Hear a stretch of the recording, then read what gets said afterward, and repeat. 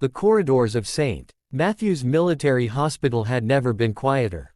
The steady beep of machines echoed through the sterile air like a faint heartbeat, as if the building itself was holding its breath. Behind a thick glass window, General Evelyn Parker, one of the nation's most decorated military leaders, lay motionless. She had survived battlefields, explosions, and the harshest conditions imaginable. But now, she was fighting a war no one could see, and 22 of the country's top doctors had no idea how to save her. Evelyn Parker wasn't just any general. She was the first woman in U.S. history to command a 4-star position in active combat. She'd led troops through deserts and jungles, rescued hostages, and even negotiated peace where others saw only chaos. People called her the Iron Lady of Valor. But now, she looked fragile, her once steady hands pale and trembling, her breathing shallow and uncertain. The official report said she collapsed suddenly during a veterans fundraising gala. One moment she was giving a speech, the next, she fell to the floor, gasping for air. She had been rushed to the hospital unconscious, and in the following days, her condition only worsened. Neurological failure, one doctor said. Unknown autoimmune reaction, another theorized. Her team of specialists had tried everything, blood tests, scans, biopsies, but nothing added up. To the public, she was a hero. To her doctors, she was a mystery. And to one man, Michael Carter, a night shift janitor at the hospital, she was a reminder of everything he'd lost. Michael was invisible to most people. He wore a gray uniform, pushed his mop and cart, and worked quietly through the night. But behind those tired blue eyes was a man who once dreamed of being a medic. Life, however, had other plans.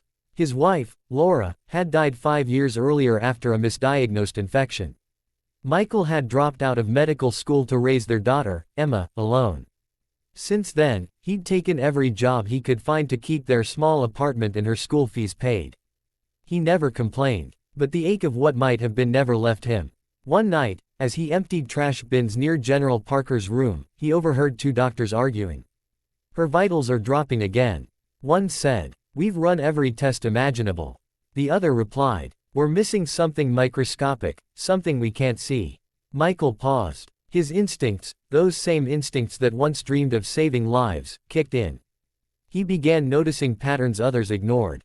The general's symptoms weren't constant, they spiked every few hours, especially after she received her IV medication. The nurses thought it was coincidence. Michael didn't. The next night, as he cleaned near her bed, he noticed something strange. A faint discoloration, almost invisible, on the tubing of her IV line. It wasn't there the night before. He leaned closer. The faint scent of almonds hit his nose.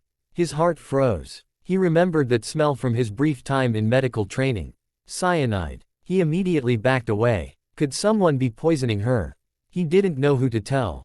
He was just a janitor, no one would believe him. But he couldn't stay silent. Not again. He thought of Laura, how she'd died because a doctor ignored one small symptom. He wouldn't let that happen twice.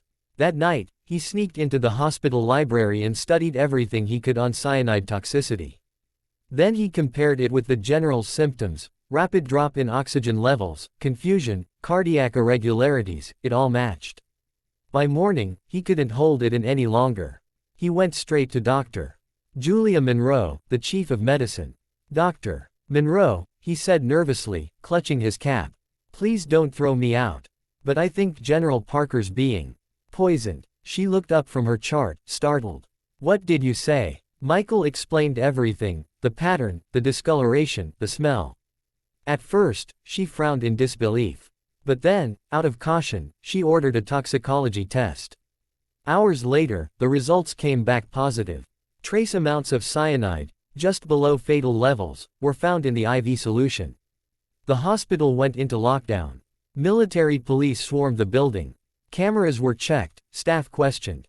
Eventually, the truth emerged: one of the medical suppliers had been bribed to switch the IV fluids.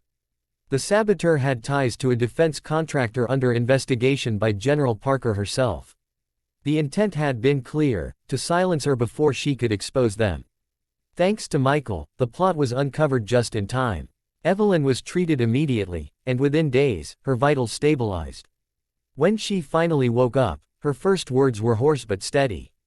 "Who saved me? Doctor?" Monroe smiled. A janitor, general. A single dad named Michael Carter. When Evelyn met Michael, she insisted on standing, even though she was still weak. "You saw what 22 doctors didn't," she said, her voice filled with awe. "Why?" Michael hesitated. "Because once, I didn't speak up. And someone I loved paid for it." Tears welled in her eyes. She reached for his hand. "You didn't just save me. You saved something bigger, hope." The media soon picked up the story. Janitor saves 4-star general's life, hospital hero. Michael became a national inspiration, though he never sought attention. He just wanted to go home to Emma and tell her that doing the right thing still mattered. But the story didn't end there. General Parker used her recovery press conference to make an announcement. "I am creating a new veterans medical initiative, and the first person I'm hiring isn't a doctor. It's a man who reminded me that titles don't define heroes." Michael Carter was offered a full scholarship to finish his medical degree, fully funded by the Military Foundation. Years later, Michael became Drive Carter, heading the same hospital that once called him just a janitor.